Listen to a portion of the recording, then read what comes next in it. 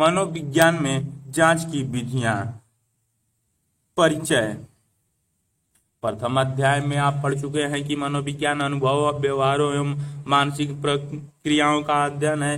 अब आप जानना चाहेंगे कि मनोविज्ञान इन गोचर फिनोमिना का अध्ययन कैसे करते हैं। दूसरे शब्दों में, व्यवहार एवं मानसिक प्रक्रियाओं का अध्ययन करने में मनोवैज्ञानिक किन विधियों का उपयोग करते हैं। अन्य वैज्ञानिकों की भांति मनोवैज्ञानिक भी जिन विषयों का अध्ययन करते हैं उनका वर्णन, पूर्व कथन, व्याख्या तथा नियंत्रण करने का प्रयास करते हैं। इसके लिए मनोवैज्ञानिक औपचारिक तथा व्यवहारिक परीक्षणों द्वारा प्रश्नों का समाधान करते हैं। अपनी अध्ययन विधियों के कारण ही मनोविज्ञान एक वैज्ञानिक क्रियाकलाप कहलाता है। मनोविज्ञान अनेक अनुसंधान विधियों का उपयोग करते हैं, क्योंकि मानव व्यवहार अनगिनत होते हैं तथा एक विधि से ही सबका अध्ययन संभव नहीं होता। मनोविज्ञान की समस्याओं का अध्ययन करने के लिए परीक्षण, प्रयोग, संबंधात्मक अनुसंधान, सर्वेक्षण, मनोविज्ञान परीक्षण एवं व्यक्ति अध्ययन विधियों का प्रयोग किया जाता है।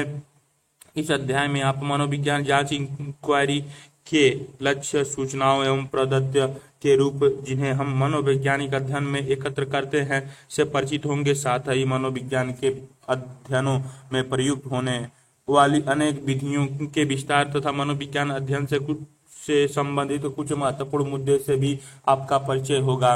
मनोविज्ञान के जांच के लक्ष्य। किसी वैज्ञानिक अनुसंधान की तरह मनोवैज्ञानिक जांच के लक्ष्य इस प्रकार है: वर्णन, डिस्क्रिप्शन, पूर्व कथन, प्रेडिकेशन, व्याख्या, एक्सप्लेनेशन, व्यवहार का नियंत्रण, कंट्रोल और इस प्रकार अर्जित ज्ञान का वस्तुनिष्ठ तरीकों से अनुप्रयोग, एप्लीकेशन करना। आइए इन पदों का अर्थ समझा जाए। वर्णन। मनोवैज्ञानिक अध्ययन से हम व्यवहार अथवा किसी घटना का यथासंभव सही से वर्णन करते हैं। इससे किसी व्यवहार विशेष को अन्य व्यवहारों से अलग करने में सहायता मिलती है। उदाहरण के लिए, शोधकर्ता विद्यार्थियों की अध्ययन की आदतों का परीक्षण करना चाहता है। अध्ययन की आदतों में विविध प्रकार के व्यवहार आ सकते हैं, जैसे सभी कक्षाओं में नियमित रूप से उपस्थित रहना, नियत कार्य समय पर प्रस्तुत करना, अध्ययन अनुसूची की योजना बनाना, नियत कार्यक्रम के अनुसार अध्ययन करना, दिन प्रतिदिन के आधार पर कार्यों की समीक्षा करना आदि। एक वर्ग विशेष में भी कई सूक्ष्म विवरण हो सकते हैं। शोधकर्ता अध्ययन की आदतों का जो अर्थ समझता है उसे उसका वर्णन करना चाहिए। इस प्रकार के विवरण में व्यवहार विशेष उल्लेख आवश्यक होता है, जो उसको समझाने में सहायता करता है। पूर्व कथन। वैज्ञानिक जांच का दूसरा लक्ष्य व्यवहार का पूर्व कथन है। यदि आप व्यवहार को सही समझने तथा उसकी वर्णन करने में सक्षम है तो आप एक व्यवहार विशेष के अन्य व्यवहारों, घटनाओं अथवा गोचर से संबंध की सफलता पूर्वक जान सकते हैं।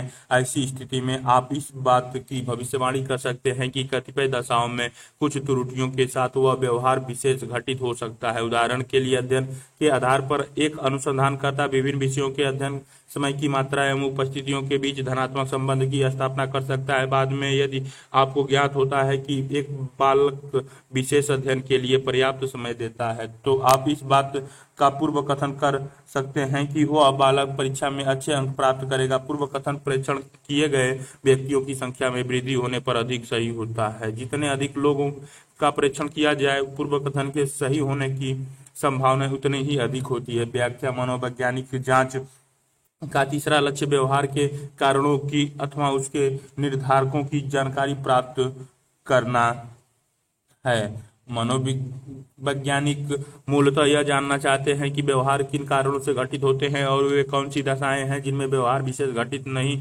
होता है। उदाहरण के लिए, किन कारणों से कुछ बच्चे अपनी कक्षा में अधिक ध्यान देते हैं, अन्य बच्चों की तुलना में कुछ बच्चे अध्ययन हेतु अधिक समय क्यों नहीं देते। अतः यह उद्देश्य अध्ययन किए जाने वाले व्यवहार के निर्धारकों अथवा पूर्ववर्ती दशाओं की पहचान करने से संबंधित होता है, जिसमें दो परिवर्ती वस्तुओं अथवा घटनाओं के बीच कार्य कारण संबंध स्थापित किया जा सके। नियंत्रण। यदि आप व्यवहार विशेष के घटित होने की व्याख्या कर लेते हैं तो आप उक्त व्यवहार की पूर्ववर्ती दशाओं में परिवर्तन करके उसको नियंत्रित कर सकते हैं। नियंत्रण बातों से संबंधित होता है। किसी व्यवहार विशेष को घटित कराना, उसे कम करना अथवा बढ़ाना।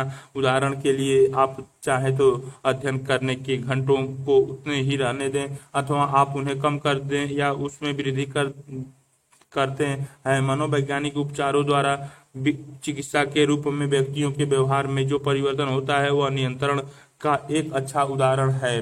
अनुप्रयोग। वैज्ञानिक जांच का अंतिम लक्ष्य लोगों के जीवन में सकारात्मक परिवर्तन लाना है। विभिन्न दशाओं में समस्याओं का समाधान करने के लिए ही मनोवैज्ञानिक अनुसंधान किए जाते हैं। इन प्रयासों के कारण लोगों के जीवन की गुणवत्ता ही मनोवैज्ञानिक के मूल लगाव का विषय होती है। उदाहरण के लिए योग एवं ध्यान के अनुप्रयोग से दबाव की मात्रा कम करके दक्षता बढ़ाई जाती है। वैज्ञानिक जांच नए सिद्धांतों अथवा निर्मितियों के विकास के लिए भी की जाती है, जिनसे भविष्य में भी अनुसंधान कार्य किए जाते हैं। मनोवैज्ञानिक अनुसंधान के चरण विज्ञान को इस आधार पर नहीं परिभाषित किया जाता है कि वह किस चीज की खोज करता है, बल्कि इस आधार पर कि वह कैसे खोज करता है। वैज्ञानिक विधि में किसी घटना विशेष अथवा गोचर का वस्तुनिष्ठ व्यवस्थित एवं परीक्षणीय तरीके से अध्ययन करने का प्रयास किया जाता है। वस्तुनिष्ठ ऑब्जेक्टिविटी का अभिप्राय यह है कि यदि दो या दो से अधिक व्यक्ति स्वतंत्र रूप से किसी घटना विशेष का अध्ययन करें तो लोगों दोनों को लगभग एक ही निष्कर्ष पर पहुंचना चाहिए। उदाहरण के लिए यदि आप और आपका कोई मित्र एक मापनी से किसी मेज की लंबाई मापते हैं तो इस बात की संभावना अधिक होती है कि आप दोनों एक ही निष्कर्ष पर पहुंचेंगे। वैज्ञानिक विधि की दूसरी विशेषता यह होती है कि खोज की व्यवस्था सिस्टमेटिक प्रक्रिया अथवा चरण का अनुपालन होता है। इसके अंतर्गत आने वाले चरण है समस्या का सप्रत्ययन, प्रदत्त संग्रह, निष्कर्ष निकालना तथा शोध निष्कर्षों एवं सिद्धांतों का पुनरीक्षण करना। चित्र 2.1 देखें। आइए इन चरणों का कुछ विस्तार से वर्णन करें। समस्या 1, समस्या का सप्रत्ययन, अध्ययन के लिए विषय का चयन। दूसरा, प्रदत्त संग्रह, प्रतिभागी, विधियां, उपकरण एवं प्रक्रियाएं। तीसरा, निष्कर्ष निकालना, सांख्यिकी विधि का उपयोग करके। चौथा, शोध निष्कर्षों का पुनरीक्षण, उपलब्ध परिकल्पनाओं का पुनर्कथन, पुनरीक्षित या नए सिद्धांत का निरूपण। वैज्ञानिक जांच के चरण चित्र 2.1 में दिखाई गई है। एक, समस्या का सप्रत्ययन। वैज्ञानिक शोध का कार्य तब प्रारंभ होता है जब शोधकर्ता अध्ययन के तथ्य अथवा विषय का चयन करता है। उसके बाद वो अपना ध्यान केंद्रित करता है तथा विशेष शोध प्रश्न अथवा समस्या का विकास करता है। ऐसा पूर्व में किए गए अनुसंधानों की समीक्षा परीक्षणों तथा व्यक्तिगत अनुभवों के आधार पर किया जाता है। उदाहरण के लिए पूर्व में आपने पढ़ा कि शोधकर्ता विद्यार्थियों के अध्ययन की आदतों का परीक्षण करने में रुचि लिया करता था। इसके लिए वह पहले अध्ययन की आदतों के विभिन्न पक्षों की पहचान करता है, उसके बाद ही यह सुनिश्चित कर सकता है कि वह घर पर किए जाने वाले अथवा कक्षा में प्रदर्शित अध्ययन की आदतों का अध्ययन करना चाहता है। मनोविज्ञान में हम व्यवहार एवं अनुभव से संबंधित विविध समस्याओं का अध्ययन करते हैं। इन समस्याओं का संबंध को हमारे अपने व्यवहार को समझने, जैसे जब हम प्रसन्नता अथवा दुख की दशा में होते हैं तो कैसा अनुभव करते हैं, हम अपने अनुभव एवं व्यवहार पर कैसी प्रतिक्रिया करते हैं, हम भूल क्यों जाते हैं, और दूसरे के व्यवहार को समझने के लिए उदाहरण के लिए क्या अभिनव अंकुर से अधिक बुद्धिमान है, कुछ लोग अपना कार्य सर्वदा समय से क्यों नहीं पूरा कर पाते हैं, क्या सिगरेट पीने की आदत को नियंत्रित किया जा सकता है, कुछ लोग साध्य रोग से ग्रसित होने के बाद भी दवाइयां क्यों नहीं लेते, समूह से प्रभावित वैयक्तिक व्यवहार। उदाहरण के लिए रहीम अपने कार्य की संपादित करने की तुलना में लोगों से मिलने जुलने में अधिक समय क्यों देता है, कोई साइकिल चालक साइकिल चलाते हुए अकेले की तुलना में समूह में अधिक अच्छा प्रदर्शन क्यों करता है। समूह व्यवहार। उदाहरण के लिए जब लोग समूह में होते हैं तो उनके खतरा उठाने वाले व्यवहारों में वृद्धि क्यों हो जाती है तथा अंग संगठनात्मक स्तर। उदाहरण के लिए कुछ संगठन दूसरे संगठनों की तुलना में अधिक सफल क्यों होते हैं, कोई नियोजक अपने कर्मचारियों की प्रेरणा में कैसे वृद्धि कर सकता है, से होता है। इसकी सूची लंबी है और आप आगे के अध्यायों में इनके विविध पक्षों को जानेंगे। यदि आप अधिक जिज्ञासु हो तो आप कई समस्याओं को लिख सकते हैं जिनकी आप जांच कर सकते हैं। समस्या की पहचान के बाद शोधकर्ता समस्या का एक काल्पनिक उत्तर ढूंढता है जिसे परिकल्पना हाइपोथेसिस कहते हैं। उदाहरण के लिए आप अपने पूर्व के साक्ष्य या प्रेक्षकों के आधार पर आप एक परिकल्पना विकसित कर सकते हैं कि टेलीविजन पर हिंसा देखने से बच्चों में आक्रामकता आती है। इसके बाद आप अपने अनुसंधान में इस कथन को गलत अथवा सही सिद्ध कर सकते हैं।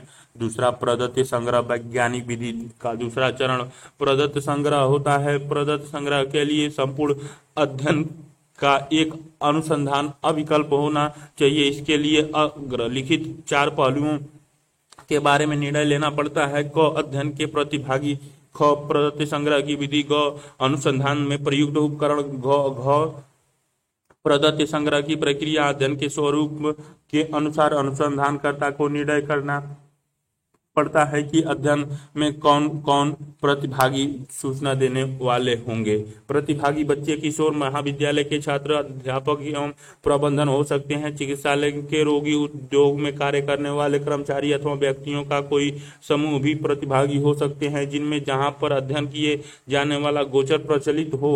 दूसरे, निर्णय प्रदत्त संग्रह की विधि के उपयोग से संबंधित होता है, जैसे प्रेक्षण विधि, प्रायोगिक विधि, संबंधात्मक विधि, व्यक्ति अध्ययन इत्यादि। अनुसंधानकर्ता को प्रदत्त संग्रह के लिए उपयुक्त संसाधनों के विषय में भी निर्णय लेना पड़ता है। उदाहरण के लिए साक्षात्कार अनुसूची, प्रेक्षण अनुसूची, प्रश्नावली आदि। शोधकर्ता यह भी निर्णय करता है कि उन उपकरणों को प्रदत्त संग्रह हेतु किस प्रकार उपयोग में लाया जाएगा, अर्थात वैयक्तिक अथवा सामूहिक। इसके बाद वास्तविक प्रदत्त संग्रह किया जाता है। तीसरा, निष्कर्ष निकालना। अगला चरण संग्रहित प्रदत्तों का सांख्यिकी प्रक्रियाओं में की सहायता से विश्लेषण करना है, जिससे हम समझ सके कि प्रदत्तों का अर्थ है। यह कार्य ग्राफ द्वारा, जैसे वृत्तखंड, दंड आरेख, संचयी बारंबारता आदि बनाना तथा विभिन्न सांख्यिकी विधियों के उपयोग द्वारा भी किया जा सकता है। विश्लेषण का उद्देश्य परिकल्पना की जांच करके तदनुसार निष्कर्ष निकालना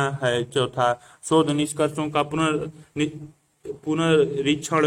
अनुसंधानकर्ता ने अनुशासनहीनता का अध्ययन इस परिकल्पना से प्रारंभ किया होगा कि टेलीविजन पर हिंसा देखने एवं बच्चों में आक्रामकता आने के बीच संबंध है। उसे यह देखना होगा कि क्या उसके निष्कर्ष इस परिकल्पना की पुष्टि करते हैं।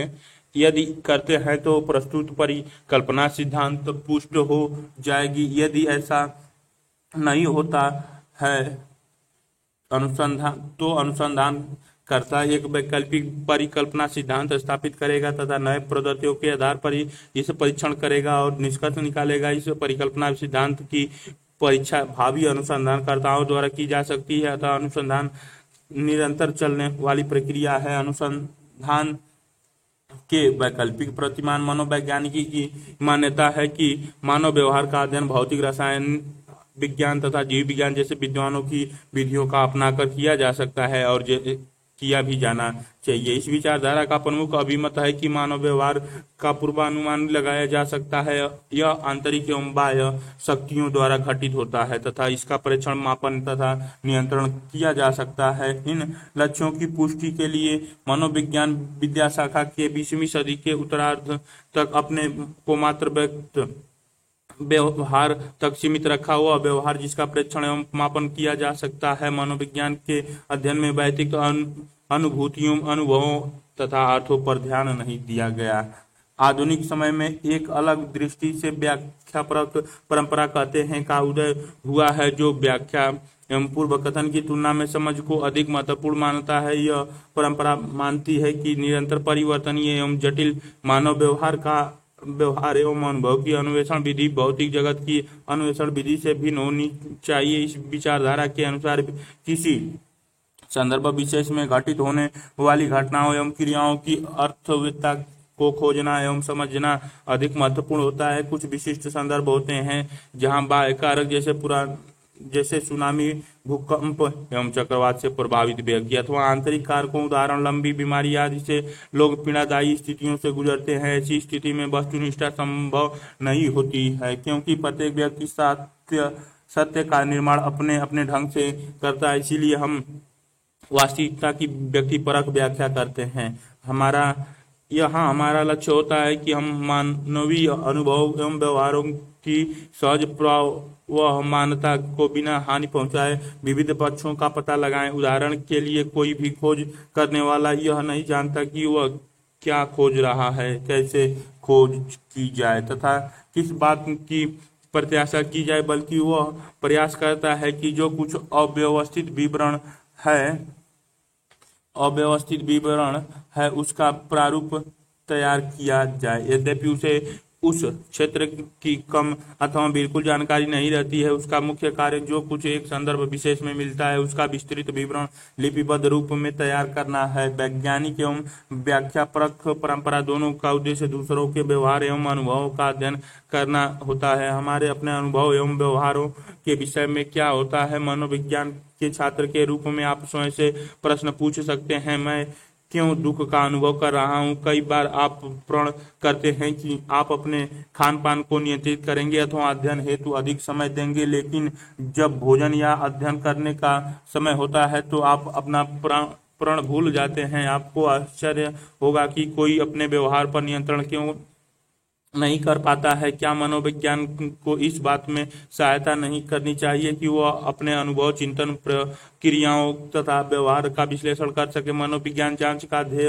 होना चाहिए कि वह अपने अनुभव एवं अंतर्दृष्टियों द्वारा प्रदर्शित होने वाले स्व को समझने का प्रयास करे। मनोवैज्ञानिक प्रदत्त का स्वरूप आप जानना चाहेंगे कि मनोवैज्ञानिक प्रदत्त किस प्रकार अन्य वैज्ञानिकों के प्रदत्त से भिन्न होता है। मनोवैज्ञानिक विविध स्रोतों से विभिन्न विधियों द्वारा सूचनाएं एकत्र करते हैं। सूचनाएं जिन्हें प्रदत्त डाटा कहते हैं। डेटा बहुवचन है और डेटम शब्द एक वचन है। व्यक्तियों के अव्यक्त अथवा व्यक्त व्यवहार आत्मापरक अनुभवों एवं मानसिक प्रक्रियाओं से संबंधित होती है। मनोवैज्ञानिक जांच की अहम स्वरूप पद्धतियों से निर्मित होता है। वे वास्तव में कुछ सीमा तक वास्तविकता का अनुभव लगाते हैं और इससे एक ऐसा अवसर प्राप्त होता है जिसमें हम अपने विचारों, अनुमानों, धारणाओं आदि के सही अथवा गलत होने की जांच कर सकते हैं। ध्यातव्य है कि प्रदत्त या कोई स्वतंत्र सत्य नहीं होते, बल्कि वे एक संदर्भ में प्राप्त होते हैं तथा उस सिद्धांत एवं विधि से आबद्ध होते हैं जिनसे इनके संग्रह की प्रक्रिया संचालित होती है। दूसरे शब्दों में, प्रदत्त भौतिक अथवा सामाजिक संदर्भ संबंधित व्यक्तियों तथा व्यवहार के घटित होने के समय आदि से स्वतंत्र नहीं होते। उदाहरण के लिए, हम अकेले में जैसा व्यवहार करते हैं उस समूह में या घर और कार्यालय में उससे कहीं भिन्न व्यवहार करते हैं। आप अपने अध्यापक अथवा माता पिता से बातचीत करने में संकोच करते हैं, परंतु अपने मित्र के साथ वैसा नहीं करते। अपने ध्यान दिया होगा कि सभी लोग समान परिस्थितियों में समान व्यवहार नहीं करते। आप भी हर जगह एक ही तरह का व्यवहार नहीं करते। प्रदत्त संग्रह की प्रयुक्त विधियां सर्वेक्षण, साक्षात्कार, प्रयोग आदि तथा सूचनाओं के स्रोत। उदाहरण के लिए, व्यक्ति अथवा समूह का युवा अथवा वृद्ध पुरुष अथवा महिला, शहरी अथवा ग्रामीण प्रदत्त के स्वरूप तथा गुणवत्ता का निर्धारण करते हैं। यह संभव है कि जब आप किसी विद्यार्थी का साक्षात्कार करें तो वह उस परिस्थिति में एक अलग प्रकार से व्यवहार करे, परंतु जब आप वास्तविक स्थिति में उसका परीक्षण करें तो सब कुछ विपरीत पाए। प्रदत्त की अन्य विशेषता है कि वह स्वयं सत्यता के विषय में कुछ नहीं कहता, बल्कि उससे अनुमान लगाया जाता है। दूसरे शब्दों में, शोधकर्ता प्रदत्त को एक संदर्भ विशेष में रखकर अर्थवान बनाता है। मनोविज्ञान में हमें विभिन्न प्रकार के प्रदत्त अथवा सूचनाएं संग्रहित करते हैं। इनमें से कुछ प्रकार का उल्लेख आगे किया जा रहा है। जननांकीय सूचनाएं, इस सूचनाओं के अंतर्गत व्यक्तिगत सूचनाएं आती हैं, जैसे नाम, आयु, लिंग, जन्म क्रम, सहोदरों की संख्या, शिक्षा, व्यवसाय, वैवाहिक स्थिति, बच्चों की संख्या, आवास की भौगोलिक स्थिति, जाति, धर्म, माता पिता की शिक्षा, उनका व्यवसाय तथा परिवार की आय। दूसरा, भौतिक सूचनाएं, इसके अंतर्गत पारिस्थितिकी संबंधी सूचनाएं, पहाड़ी, रेगिस्तान, वन, आर्थिक दशा, आवास की दशा, कमरों का आकार, घर में पड़ोस एवं पड़ोस में विद्यालय में उपलब्ध सुविधाएं, यातायात के साधन आदि सम्मिलित होती हैं। दैहिक प्रदत्त कुछ अध्ययनों में लंबाई, वजन, हृदय गति, थकान का स्तर, गैल्वेनी त्वचा प्रतिरोध, इलेक्ट्रोइन्सेफेलोग्राम द्वारा मापी जाने वाली मस्तिष्क की धारागत क्रियाएं, रुधिर, ऑक्सीजन का स्तर, प्रतिक्रिया काल, निद्रा की अवधि, रक्तचाप, स्वप्न का स्वरूप, लार की मात्रा तथा पशुओं के संदर्भ में दौड़ना एवं कूदना जैसी दैहिक एवं मनोवैज्ञानिक सूचनाओं को संग्रहित किया जाता है। मनोविज्ञान सूचनाएं कुछ अध्ययनों में बुद्धि, व्यक्तित्व, रुचि, मूल, सृजनशीलता, संवेग, अभिप्रेरणा, मनोवैज्ञानिक विकार, भ्रम शक्ति, विभ्रांति, भ्रम, अवसादबोधन, प्रत्याशिक निर्णय, चिंतन प्रक्रियाएं, चेतना, व्यक्तिपरक अनुभव आदि अनेक मनोवैज्ञानिक सूचनाएं संग्रहित की जाती हैं। मापन की दृष्टि से उपयुक्त सूचनाएं अनगढ़ हो सकती हैं। वे श्रेणियों के रूप में जैसे उच्च, निम्न, हाँ नहीं, कोटियां जैसे प्रथम, द्वितीय, तृतीय, चतुर्थ आदि, अथवा लबांधकों 10, 12, 15, 18, 20 आदि के रूप में होती हैं। हमें वाचिक और आख्याक परीक्षण, अभिलेख, व्यक्तिगत, दैनिकीय, क्षेत्रीय टिप्पणियां, पूरा लेखीय प्रदत्त आदि भी प्राप्त होते हैं। इस तरह की सूचनाएं की गुणात्मक विधि का उपयोग करते हुए पृथक रूप से विश्लेषण किया जा सकता है। इस अध्याय के आगे के भाग में आपको इसके बारे में कुछ जानकारी प्राप्त होगी। मनोविज्ञान की कुछ महत्वपूर्ण विधियां। पिछले खंड में आपने मनोवैज्ञानिक में संग्रहित होने वाले भिन्न भिन्न प्रकार के पद्धतियों के बारे में पढ़ा। ये सभी पद्धति किसी एक ही विधि से प्राप्त नहीं होते हैं। अनेक प्रकार की विधियां होती हैं, जैसे प्रेक्षण, प्रायोगिक, सहसंबंध, सर्वेक्षण, मनोवैज्ञानिक परीक्षण तथा व्यक्ति अध्ययन। इस खंड का उद्देश्य आपको यह बताना है कि आप किसी एक विधि अथवा कई विधियों को मिलाकर अपने उद्देश्यों के अनुरूप कार्य कर सकते हैं। उदाहरण के लिए आप फुटबॉल मैच देखते हुए दर्शकों के व्यवहार का परीक्षण कर सकते हैं। आप एक प्रयोग करके देख सकते हैं कि बच्चे जब अपनी ही कक्षा में परीक्षा देते हैं तो अच्छा प्रदर्शन करते हैं, अथवा परीक्षा भवन में कार्यकरण संबंध। आप बुद्धि एवं आत्म सम्मान के बीच सहसंबंध स्थापित कर सकते हैं। पूर्व कथन के उद्देश्य से शिक्षा के निजीकरण के संबंध में आप विद्यार्थियों की अभिवृत्ति का सर्वेक्षण कर सकते हैं। वैयक्तिक भिन्नता की जानकारी के लिए आप मनोवैज्ञानिकी परीक्षण का उपयोग कर सकते हैं। आप बच्चे के भाषा विकास की व्यक्ति अध्ययन कर सकते हैं। अगले खंड में आप इन विधियों की प्रमुख विशेषताओं का वर्णन किया गया है। प्रेक्षण विधि। प्रेक्षण मनोवैज्ञानिक जांच का एक सशक्त उपकरण है। व्यवहार के वर्णन की यह प्रभावकारी विधि है। अपने दैनिक जीवन में हम दिन भर अनेक चीजों का प्रेक्षण करने में व्यस्त रहते हैं। कई बार ऐसा होता है कि जब हमें उस बात का ध्यान ही नहीं रह पाता कि हमें क्या देख रहे हैं अथवा हमने क्या देखा है। हम देखते हैं परंतु प्रेक्षण नहीं करते हैं। हम प्रतिदिन जितनी चीजों को देखते हैं उनमें से कुछ की ही हमें जानकारी रहती है। क्या आपने ऐसा अनुभव किया है? आपने यह भी अनुभव किया होगा कि यदि आप किसी व्यक्ति या घटना को कुछ देर तक ध्यान से देखते हैं तो आपको उस व्यक्ति अथवा घटना के विषय में बहुत सी रोचक बातों का पता चलता है। वैज्ञानिक परीक्षण दिन प्रतिदिन के परीक्षणों से बहुधा भिन्न होते हैं। विशेषताएं। चयन। मनोवैज्ञानिक उन सभी व्यवहारों का परीक्षण नहीं करते जिनसे उनका सामना पड़ता है, बल्कि वे एक व्यवहार विशेष का परीक्षण हेतु चयन सेलेक्ट करते हैं। उदाहरण के लिए आप यह जानना चाहेंगे कि 11वीं कक्षा के विद्यार्थी अपने विद्यालय में समय कैसे व्यतीत करते हैं। इस स्तर पर दो बातें संभवतः हैं। एक अनुसंधानकर्ता के रूप में आप सोच सकते हैं कि आप भली भांति जानते हैं कि विद्यालयों में क्या होता है। आप उन क्रियाकलापों की एक सूची बनाकर विद्यालय जाकर देख सकते हैं कि उनमें से कौन से क्रियाकलाप घटित हो रहे हैं। आप यह भी सोच सकते हैं कि आप इस संबंध में कुछ नहीं जानते हैं कि विद्यालयों में क्या क्या होता है। अब परीक्षण के द्वारा आप इसका पता लगा सकते हैं। अभिलेखन। परीक्षण करते समय अनुसंधानकर्ता चयनित व्यवहारों का विभिन्न साधनों का प्रयोग करते हुए, जैसे पूर्व में चयनित व्यवहारों का जब भी वे घटित होते हैं टैली लगाकर अभिलेख रिकॉर्ड्स तैयार करता है। उसके लिए वह शॉर्ट हेड अथवा प्रतीकों, फोटोग्राफ अथवा वीडियो अभिलेखन का उपयोग करता है। प्रदत्त विश्लेषण। परीक्षणों के पश्चात मनोवैज्ञानिक जो भी अभिलेख तैयार करते हैं उसका विश्लेषण एनालिसिस इस ध्येय से करते हैं कि उसमें कुछ अर्थ निकाला जा सके। यह ध्यातव्य है कि प्रेक्षण एक कौशल है। एक कुशल प्रेक्षक जानता है कि वह किस चीज का प्रेक्षण कर रहा है,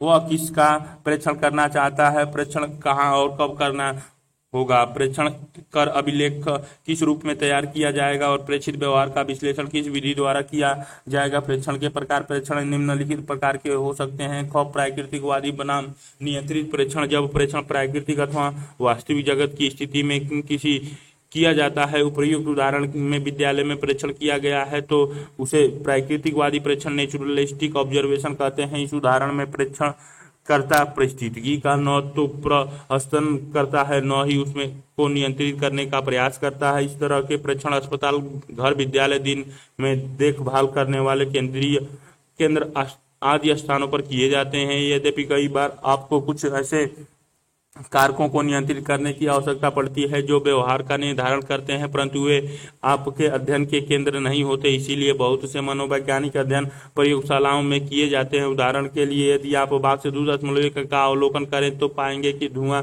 मात्र नियंत्रित प्रयोगशाला में ही उत्पन्न किया जा सकता है। इस तरह के प्रेक्षण नियंत्रित प्रयोगशाला प्रेक्षण के नाम से जाने जाते हैं और वास्तव में ये प्रेक्षण प्रयोगशाला के प्रयोगों में प्राप्त होते हैं।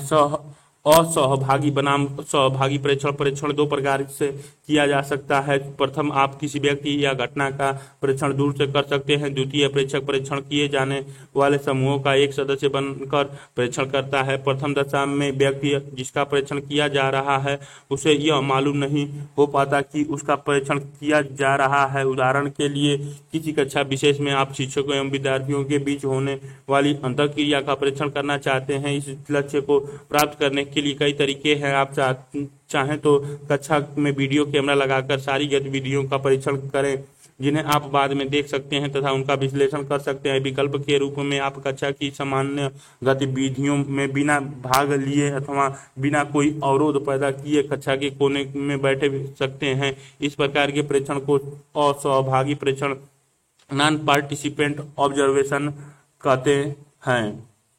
बॉक्स 2.1 प्रयोग का एक उदाहरण बिम लाताना एवं जानी डॉर्ली नामक दो अमेरिकी वैज्ञानिक ने 1970 में एक अध्ययन किया। इस अध्ययन में भाग लेने के लिए कोलंबिया विश्वविद्यालय के छात्र व्यक्तिगत रूप से एक प्रयोगशाला में उपस्थित हुए। उन्हें बताया गया है कि संभवतः किसी विषय पर उनका साक्षात्कार किया जाएगा। प्रत्येक छात्र को एक प्रतीक्षालय में भेजा गया था जहां उसे एक प्रारंभिक प्रश्नावली पूर्ण करनी थी। उनमें से कुछ लोगों को उनके कक्ष में 2 व्यक्ति पहले से बैठे मिले जबकि शेष कक्ष में अकेले बैठे थे। ज्यों ही विद्यार्थी ने प्रश्नावली हल करना प्रारंभ किया, कमरे की दीवार के छिद्र से कक्ष में धुआं भरने लगा। धुएं की अपेक्षा करना कठिन था। 4 मिनट में ही धुआं दृष्टि एवं श्वसन को बाधित करने लगा। लातान और डार्ली यह देखना चाहते थे कि विद्यार्थी कितनी शीघ्रता से कक्षा छोड़ते हैं और उस आपातकाल की सूचना देते हैं। अधिकांशतः 75% ऐसे विद्यार्थी जो कक्ष में अकेले थे उन्होंने समूह में रहने वाले विद्यार्थियों की तुलना में धुएं की सूचना शीघ्रता से दी। जिन्हें समूह में 3 अपरिचित लोग थे वह मात्र 38% विद्यार्थियों ने धुएं की सूचना दी। जहां विद्यार्थी के साथ 2 अभिसंगी थे जिन्हें शोधकर्ता ने कुछ न करने का निर्देश दिया था, वह मात्र 10% विद्यार्थियों ने धुएं की सूचना दी थी। कहते हैं इस विधि में इस बात का खतरा रहता है कि किसी बाहरी व्यक्ति के कक्षा में बैठने से पूर्व कक्षा की वास्तविक स्थिति बिगड़ सकती है। द्वितीय प्रकार के प्रेक्षण में प्रेक्षण करता है एक अध्यापक अथवा विद्यार्थी के रूप में विद्यालय में उपस्थित रहता है तथा शिक्षक व विद्यार्थी के रूप में होने वाली समस्त गतिविधियों में भाग लेता है। इसे प्रतिभागी प्रेक्षण कहा जाता है। प्रतिभागी प्रेक्षणों में प्रेक्षक को समूह के साथ घनिष्ठता बनाने में उसे जिससे उसकी समूह सदस्य उसे अपने समूह के सदस्य के रूप में स्वीकार करे। कुछ समय लगता है, फिर भी समूह के साथ प्रेक्षक के सम्मिलित होने की मात्रा उसके अध्ययन के केंद्र के आधार पर भिन्न होगी। प्रेक्षण विधि का लाभ यह होता है कि इसमें अनुसंधानकर्ता लोग एवं उनके व्यवहारों का प्राकृतिक स्थिति जैसे वह घटित होती है में अध्ययन करता है। हालांकि प्रेक्षण विधि श्रम साध्य है, अधिक समय लेती है तथा प्रेक्षक के पूर्वाग्रह के कारण इसमें गलती होने का डर रहता है। हमारा प्रेक्षण व्यक्ति अथवा घटना के संबंध में हमारे मूल्यों एवं विश्वासों से प्रभावित होता है। आप इस बहुत प्रचलित कथन से परिचित होंगे, हम चीजों को उसी ढंग से देखते हैं जैसा कि हम स्वयं होते हैं, न कि जैसी चीजें होती हैं। अपने पूर्वाग्रह के कारण हम चीजों की व्याख्या भिन्न रूप में कर सकते हैं, न कि जैसे प्रतिभागी वास्तव में उसका अर्थ समझते हैं। इसीलिए इस बात की सलाह दी जाती है कि प्रेक्षक व्यवहार के घटित होने के समय ही उसका अभिलेख तैयार कर ले, किंतु प्रेक्षण करते समय व्यवहार की व्याख्या न करे। क्रियाकलाप 2.1 जब मनोवैज्ञानिक का अध्यापक कक्षा में पढ़ा रहा हो तो कुछ विद्यार्थी प्रेक्षण कर सकते हैं। वास्तविक से नोट कीजिए कि वह अध्यापक क्या करता है, विद्यार्थी क्या करते हैं तथा विद्यार्थी एवं शिक्षक की अंतःक्रिया का लेखन जोखा तैयार कीजिए। किए गए प्रेक्षणों पर विद्यार्थियों और अध्यापक के साथ विमर्श कीजिए। प्रेक्षण की समानताओं एवं असमानताओं को नोट कीजिए। प्रायोगिक विधि प्रयोग प्रायः एक नियंत्रित दशा में दो घटनाओं या परिवर्तनों के मध्य कारण संबंध स्थापित करने के लिए किया जाता है। यह सतर्कतापूर्वक संचालित प्रक्रिया है जिसमें एक कारक में कुछ परिवर्तन किए जाते हैं और किसी दूसरे कारक पर उनके प्रभाव का अध्ययन किया जाता है, जबकि अन्य संबंधित कारक स्थिर रखे जाते हैं। प्रयोग में कारण वह घटना है जिसे परिवर्तित तथा प्रहस्तित किया जाता है। प्रभाव व्यवहार होता है जो प्रहसन के कारण परिवर्तित होता है। परिवर्त्य का स्वप्रत्यय आप पहले पढ़ चुके हैं कि प्रायोगिक विधि में अनुसंधानकर्ता दो परिवर्तियों के मध्य संबंध स्थापित करने का प्रयास करता है। अब प्रश्न है, परिवर्त्य किसे कहते हैं? कोई उद्दीपक या घटना जो बदलती रहती है, अर्थात इसके भिन्न भिन्न मान होते हैं, परिवर्तित होते हैं, इसीलिए इसका मापन किया जा सकता है, को परिवर्त्य वेरिएबल कहते हैं। उदाहरण के लिए लिखने के लिए आप जिस कलम का उपयोग करते हैं वह एक परिवर्त्य नहीं है, लेकिन कलम में विभिन्न आकार प्रकार एवं रंगों की होती हैं, ये सभी परिवर्त्य हैं। जिसे कमरे में आप बैठे हैं वह एक परिवर्त्य नहीं है, बल्कि उसका आकार एक परिवर्त्य है, क्योंकि विभिन्न आकारों के कमरे होते हैं। व्यक्तियों का कद 5 से 6 भी परिवर्त्य है। इसी प्रकार विभिन्न प्रजाति के लोगों के अलग अलग रंग होते हैं। युवा लोग विभिन्न रंग से अपने बाल रंगने लगे हैं, इस प्रकार बाल का रंग भी एक परिवर्त्य है। बुद्धि भी एक परिवर्त्य है। अनेक प्रकार के बुद्धि स्तर वाले उच्च मध्य निम्न लोग होते हैं। एक कक्षा में व्यक्तियों की उपस्थिति या अनुपस्थिति भी एक परिवर्त्य है। जैसा वाक्य 2.1 के प्रयोग में दिखाया गया है, तो वस्तुओं घटनाओं की मात्रा अथवा गुणवत्ता में परिवर्तित हो सकते हैं। परिवर्त्य अनेक प्रकार के होते हैं, किंतु यहाँ हम दो प्रकार के परिवर्त्यों की चर्चा करेंगे, अनाश्रित और आश्रित परिवर्त्य। अनाश्रित नॉन इंडिपेंडेंट वेरिएबल वह परिवर्त्य होता है जिसका प्रहसन किया जाता है अथवा जिसे प्रयोग में अनुसंधानकर्ता द्वारा परिवर्तित किया जाता है। अध्ययन में अनुसंधानकर्ता परिवर्तन के प्रभाव में किए गए परिवर्तन का परीक्षण अथवा नोट तैयार करना चाहता है। लातान और डॉर्ली द्वारा संपादित प्रयोग वाक्य 2.1 में अनुसंधानकर्ता धुएं के संबंध में आपातकाल की सूचना देने वाले व्यक्ति पर अन्य व्यक्तियों की उपस्थिति का प्रभाव देखना चाहते थे। एक कक्ष में दो व्यक्तियों की उपस्थिति या अनुपस्थिति अनाश्रित परिवर्तन था। जिस व्यवहार पर अनाश्रित परिवर्तन के प्रभाव का परीक्षण किया जाता है उसे आश्रित परिवर्तन डिपेंडेंट वेरिएबल कहते हैं। आश्रित परिवर्तन उस गोचर को बताता है जिसकी अनुसंधानकर्ता व्याख्या करना चाहता है। यह मात्र अनाश्रित परिवर्तन में परिवर्तन के परिणाम स्वरूप व्यवहार में परिवर्तन है और कुछ नहीं। धुएं के आपातकाल की सूचना देना आश्रित परिवर्तित था, अतः प्रायोगिक दशा में अनाश्रित परिवर्तन कारण है तथा आश्रित परिवर्त्य प्रभाव। यहाँ यह स्पष्ट होना चाहिए कि आश्रित एवं अनाश्रित परिवर्त्य एक दूसरे पर आश्रित होते हैं। किसी की भी परिभाषा दूसरे के बिना संभव नहीं है। अनुसंधानकर्ता द्वारा चयनित अनाश्रित परिवर्त्य एकमात्र ऐसा परिवर्त्य नहीं होता जो आश्रित परिवर्त्य को प्रभावित करता है। किसी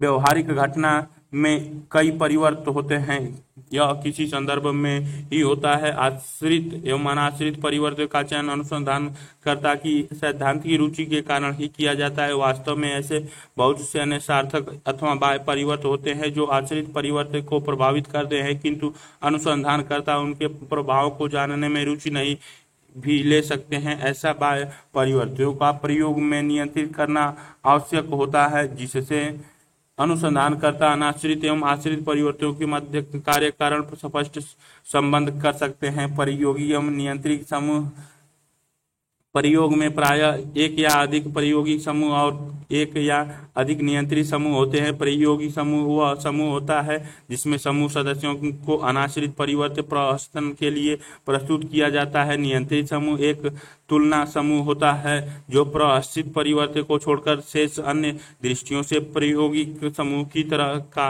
ही होता है। उदाहरण के लिए ताने और डार्ली के अध्ययन में 2 प्रायोगिक समूह और एक नियंत्रित समूह थे। जैसे आपको ज्ञात है, अध्ययन में प्रतिभागी 3 कक्षाओं में भेजे गए थे। एक कक्ष में कोई भी उपस्थित नहीं था।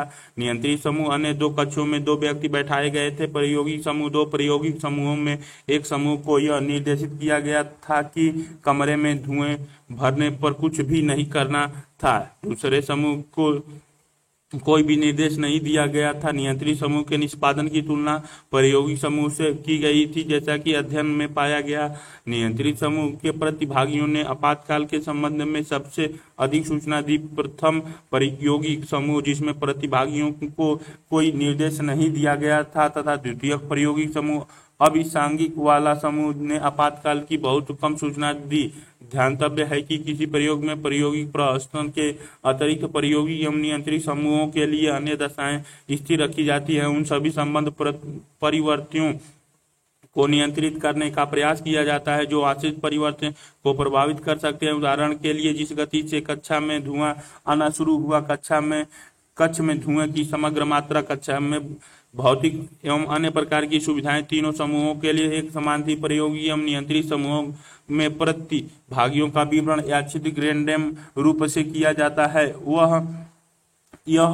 वह विधि होती है जिसमें यह सुनिश्चित किया जाता है कि हर व्यक्ति के किसी भी समूह में चयनित होने की संभावना एक समान रहे। यह संभव है कि प्रयोगकर्ता एक समूह में सिर्फ पुरुषों और दूसरे समूह में सिर्फ महिलाओं को रखे। जो परिणाम उसको अध्ययन में मिलेगा वह प्रायोगिक प्रहसन का न होकर लिंग भिन्नता के कारण होगा। प्रायोगिक अध्ययनों में सभी संबंध सार्थक परिवर्तन जो अध्ययन के परिणाम को प्रभावित कर सकते हैं, उनका नियंत्रण करने की आवश्यकता होती है। ये 3 प्रमुख प्रकार के होते हैं: जैविक परिवर्तन जो दुश्चिंता, बुद्धि, व्यक्तित्व आदि, परिस्थिति की जन अथवा पर्यावरणवादी परिवर्तन जो प्रयोग करते समय क्रियाशील होते हैं, जैसे शोर, तापमान, आर्द्रता, तथा अनुक्रमित परिवर्तन जब प्रयोग के प्रतिभागियों का परीक्षण विभिन्न दशाओं में किया जाता है तो अनुक्रमिक परिवर्तन अधिक सक्रिय हो जाते हैं। विभिन्न दशाओं के प्रति संवेदनशीलता के परिणाम स्वरूप थकान अथवा अभ्यास प्रभाव उत्पन्न हो सकते हैं जो अध्ययन के परिणामों को प्रभावित कर सकते हैं तथा निष्कर्ष की व्याख्या को जटिल बना सकते हैं।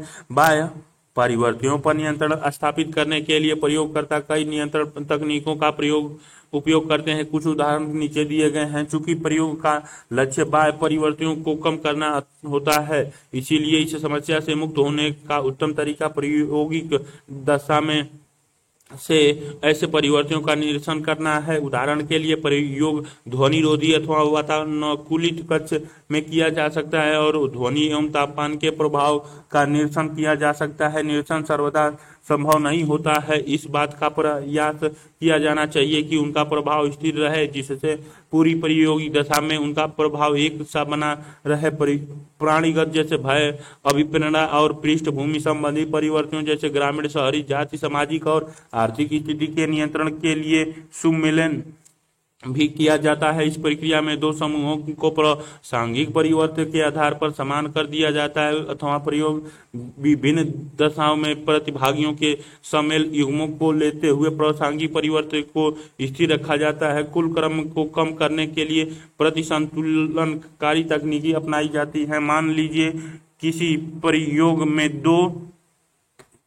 दो कार्य करने के लिए दिए गए प्रयोगकर्ता चाहे तो कार्यों के क्रम को परिवर्तित कर सकते हैं, अतः समूह के आधे प्रतिभागी अ और ब क्रम में कार्य प्राप्त कर सकते हैं जब आप शेष आधे और ब और अ क्रम में है। इसी प्रकार एक ही व्यक्ति को अ ब अ क्रम में कार्य दिया जा सकता है। विभिन्न समूहों में प्रतिभागियों के यादृच्छिक रैंडम वितरण से समूहों के बीच विभवपरक व्यवस्थित अंतर समाप्त हो जाते हैं। किसी भी अविकल्पित प्रयोग की शक्ति यह होती है कि वह दो या दो से अधिक परिवर्तनों के मध्य कार्य कारण संबंधों का युक्त प्रमाण दे सकता है। तथापि प्रयोग प्रायः बहुत नियंत्रित प्रयोगशाला परिस्थितियों में किए जाते हैं। इनकी आलोचना इस बात से होती है कि ये वास्तविक व्यवहार में नहीं होते। प्रयोग ऐसे परिणाम प्रदान कर सकते हैं जिनका ठीक से सामान्यीकरण नहीं हो पाता अथवा वे वास्तविक परिस्थितियों में अनुप्रयुक्त नहीं हो पाते। दूसरे शब्दों में इनकी निम्न वैधता होती है। इनकी एक और सीमा है कि यह सर्वदा संभव नहीं होता कि किसी समस्या विशेष का अध्ययन प्रायोगिक रूप से किया जा सके। उदाहरण के लिए बच्चों के बुद्धि स्तर पर पौष्टिकता की कमी के प्रभाव का अध्ययन नहीं किया जा सकता, क्योंकि किसी को भूखा रखना नैतिक रूप से गलत है। तीसरा समस्या यह है कि समस्त प्रासंगिक परिवर्तनों को जानना और उनका नियंत्रण करना कठिन होता है। क्षेत्र प्रयोग एवं प्रयोगकल्प कई बार प्रयोगशाला में अध्ययन कर पाना संभव नहीं होता है। ऐसी दशा में अनुसंधानकर्ता क्षेत्र अथवा प्राकृतिक स्थिति में जाता है जहां व्यवहार विशेष वास्तव में घटित होता है। इस क्षेत्र प्रयोग फील्ड एक्सपेरिमेंट कहते हैं। उदाहरण के लिए अनुसंधानकर्ता यह जानना चाहता है कि वह किस विधि से छात्रों में अधिक अधिगम होगा, व्याख्यान विधि अथवा उस करके दिखाने की विधि। इसीलिए अनुसंधानकर्ता के लिए यह आवश्यक होगा कि वह अध्ययन विद्यालय में समापन करे। अनुसंधानकर्ता प्रतिभागियों के दो समूहों का चयन कर सकता है, कुछ समय तक एक समूह को करके दिखाने की विधि द्वारा पढ़ाए तथा दूसरे समूह की व्याख्यान विधि द्वारा पढ़ाए। अध्यापन के अंत में वह उनके निष्पादन की तुलना कर सकता है। इस प्रकार प्रयोग में प्रासंगिक परिवर्तनों पर नियंत्रण प्रयोगशाला प्रयोग की अपेक्षा कम होता है। इससे इसमें समय भी अधिक लगता है तथा यह महंगा भी पड़ता है। बहुत से परिवर्तन ऐसे होते हैं जिनका प्रस्तुत प्रयोगशाला में संभव नहीं हो पाता। उदाहरण के लिए यदि आप भूकंप में अनाथ हुए बच्चों पर भूकंप के प्रभाव का अध्ययन करना चाहते हैं तो आप ऐसी परिस्थिति प्रयोगशाला में तैयार नहीं कर सकते। ऐसी परिस्थिति के अनुसंधान प्रयोगकल्प ऐसी एक्सपेरिमेंट लैटिन शब्द जिसका अर्थ कल्प होता है विधि अपनाते हैं। ऐसा प्रयोग में अनाश्रित परिवर्त्य का चयन किया जाता है कि न कि उसे परिवर्तित अथवा प्रहस्थित किया जाता है। उदाहरण के लिए प्रायोगिक समूह में हम ऐसे बच्चों को रखेंगे जो भूकंप में अनाथ हो गए और नियंत्रित समूह में उन बच्चों को रखेंगे जिन्होंने भूकंप का अनुभव तो किया किंतु माता पिता से बिछुड़े नहीं। इस प्रकार प्रयोगकल्प में एक प्राकृतिक परिवेश में स्वाभाविक रूप से पाए जाने वाले समूहों का उपयोग करके अनाश्रित परिवर्त्य को प्रस्थित करने का प्रयास किया जाता है और प्रायोगिक तथा नियंत्रित समूह का निर्माण किया जाता है। क्रियाकलाप 2.1 प्रस्तुत परिकल्पनाओं में अनाश्रित तथा एवं आश्रित परिवर्तन की पहचान कीजिए। अध्यापक का कक्षा में व्यवहार छात्रों के निष्पादन को प्रभावित करता है। माता पिता एवं बच्चों के मध्य स्वस्थ संबंधों से बच्चों में संवेगात्मक समायोजन का विकास होता है। साथियों के दबाव में वृद्धि के साथ दुश्चिंता के स्तर में वृद्धि होती है। युवा बच्चों के वातावरण को विशिष्ट पुस्तकें एवं पहेली से समृद्ध बनाने से उनके निष्पादन में वृद्धि होती है। इसमें आपको अध्ययन के समय न तो प्रहसन करना है और न ही उपलब्धि पर उसका प्रभाव देखना है। आप मात्र दो परिवर्तन के मध्य संबंध जानना चाहते हैं, जिससे आप यह जान सके कि दोनों में सहचार्य अथवा सहसंबंध है या नहीं। दोनों परिवर्तन में संबंधों की शक्ति एवं दिशा एक गणितीय लाभांशक द्वारा प्रस्तुत होती है, जिसे सहसंबंध गुणांक कहते हैं। इसका विस्तार प्लस 1.000 से माइनस 1.0 तक होता है। इस प्रकार सहगुणांक 3 प्रकार के होते हैं: धनात्मक, ऋणात्मक, शून्य। धनात्मक सहसंबंध पॉजिटिव कोरिलेशंस इस बात का संकेत करता है कि जब एक परिवर्त का मान बढ़ेगा तो दूसरे परिवर्त का मान भी बढ़ेगा। इसी प्रकार जब एक परिवर्त का मान घटेगा तो दूसरे का मान भी घटेगा। मान लीजिए यह पाया गया कि विद्यार्थी जब अध्ययन के लिए अधिक समय देते हैं तो उनमें उपलब्धि लाभांश की वृद्धि होती है, तथा यह भी पाया गया कि जब वे कम अध्ययन करते हैं तो उनका उपलब्धि लाभांशक भी कम होता है। इस प्रकार के सहचार्य को धनात्मक अंक द्वारा दर्शाया गया है और अध्ययन एवं उपलब्धि के बीच जितना अधिक सार्थक सहचार्य होगा वह गुणांक प्लस 1.00 के उतने ही करीब होगा। आपको 0.85 संबंध गुणांक मिल सकता है, जो अध्ययन समय एवं उपलब्धि के बीच उच्च धनात्मक सहचार्य का द्योतक होता है। दूसरी ओर ऋणात्मक सहसंबंध नेगेटिव कोरिलेशन हमें बतलाता है कि जैसे ही एक परिवर्ती x का मान बढ़ता है वैसे ही दूसरे परिवर्ती y का मान कम हो जाता है। उदाहरण के लिए आप इस बात की परिकल्पना कर सकते हैं कि जैसे ही अध्ययन समय में वृद्धि होगी वैसे ही अन्य गतिविधियों में लगने वाले समय कम हो जाएंगे। यहाँ आपको जो ऋणात्मक सहसंबंध मिलेगा उसका विस्तार 0 से माइनस 1.0 के बीच होगा। यहाँ आप यह भी संभव है कि दो परिवर्तों के बीच कोई संबंध न हो, इसे शून्य सहसंबंध जीरो कोरिलेशन कहते हैं। शून्य सहसंबंध मिलना प्रायः कठिन होता है, यद्यपि सहसंबंध शून्य के निकट हो सकता है, जैसे कि माइनस 0.02 अथवा प्लस 0.03। यह बताता है कि दोनों परिवर्तियों के बीच कोई सार्थक संबंध नहीं है अथवा दोनों परिवर्त एक दूसरे से संबंधित नहीं है। सर्वेक्षण अनुसंधान आपको अपने समाचार पत्रों में पढ़ा होगा अथवा दूरदर्शन पर देखा होगा कि चुनाव के समय यह जानने के लिए सर्वेक्षण किया जाता है कि मतदाता किस राजनीतिक दल को विशेष को वोट देंगे अथवा वे किस प्रत्याशी विशेष के पक्ष में हैं। सर्वेक्षण अनुसंधान लोगों के मत हैं, अभिवृत्ति और सामाजिक तथ्यों का अध्ययन करने के लिए अस्तित्व में आया। इसका मुख्य सरोकार प्रारंभ में विद्यमान वास्तविकता अथवा मूल रेखा का पता लगाना था, इसीलिए इसका उपयोग तथ्यों को प्राप्त करने के लिए किया गया था, जैसा एक अवधि विशेष में साक्षात्कार की दर, धार्मिक संबंधता तथा समूह विशेष के सदस्यों का आय स्तर आदि। इसका उपयोग परिवार नियोजन के प्रति लोगों की अभिवृत्ति, पंचायती राज की संस्थाओं को स्वास्थ्य, शिक्षा, स्वच्छता आदि से संबंधित कार्यक्रमों के संचालन हेतु शक्ति प्रदान करने के लिए प्रति लोगों की अभिवृत्ति जानने के लिए भी किया गया। यद्यपि अब इसमें परिष्कृत तकनीकों का भी उपयोग होता है जो विविध प्रकार के कारण कार्य संबंधों का पूर्वानुमान करने में सहायता करते हैं। भाग 2.2 में सर्वेक्षण विधि द्वारा किए गए अध्ययन का एक उदाहरण दिया गया है। सर्वेक्षण अनुसंधान सूचना एकत्रित करने के लिए विविध प्रकार की तकनीकों का उपयोग करता है। इन तकनीकों में वैयक्तिक साक्षात्कार, प्रश्नावली सर्वेक्षण, दूरभाष सर्वेक्षण तथा नियंत्रित परीक्षण आते हैं। यहाँ इन तकनीकों का कुछ विस्तार से वर्णन किया गया है। भाग 2.1 वर्णन किया गया है। इसके वैयक्तिक साक्षात्कार लोगों से सूचना प्राप्त करने के लिए साक्षात्कार सबसे अधिक प्रयुक्त होने वाली विधि है। इसका उपयोग साक्षात विभिन्न परिस्थितियों में किया जाता है। एक चिकित्सा इसमें रोगियों के विषय में सूचना प्राप्त करता है, एक नियोजन अपने भावी कर्मचारियों से मिलते समय उसका प्रयोग करता है तथा एक बिक्रीकर्ता यह जानने के लिए एक गृहिणी से साक्षात्कार करता है कि वह एक ब्रांड विशेष के साबुन का ही उपयोग क्यों करती है। दूरदर्शन पर ही हम मीडिया कर्मियों को राष्ट्रीय और अंतर्राष्ट्रीय महत्व के मुद्दों पर साक्षात्कार करते हुए बहुत बार देखते हैं।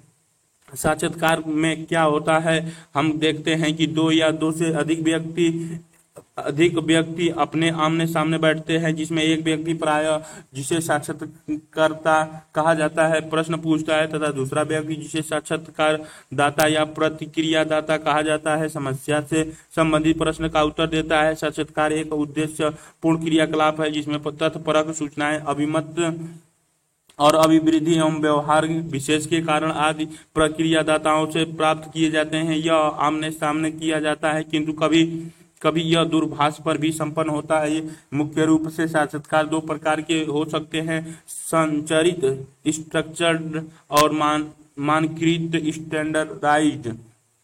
उदाहरण सर्वेक्षण वाले विधि का उदाहरण दिसंबर 2004 में आउटलुक साप्ताहिक पत्रिका 10 जनवरी 2005 द्वारा एक सर्वेक्षण यह जानने के लिए किया गया था कि भारत के लोगों को किन चीजों से प्रसन्नता मिलती है। सर्वेक्षण मुंबई, दिल्ली, कोलकाता, बेंगलुरु, हैदराबाद, अहमदाबाद, जयपुर तथा रांची जैसे 8 बड़े नगरों में किया गया था। अध्ययन में 25 से 55 आयु वर्ग के 817 प्रतिभागियों ने भाग लिया था। सर्वेक्षण में प्रयुक्त प्रश्नावली में विभिन्न प्रकार के प्रश्न थे। पहले प्रश्न में क्या आप प्रसन्न हैं? प्रतिभागियों के 5 अंक मापनीय, 5 अत्यधिक प्रसन्न, 4 लगभग प्रसन्न, 3 न तो प्रसन्न न ही अप्रसन्न, लगभग 2 अप्रसन्न, 1 अत्यधिक अप्रसन्न पर अपनी प्रतिक्रिया देनी थी। लगभग 47% लोगों ने बताया कि वे अत्यधिक प्रसन्न हैं, 28% लोगों ने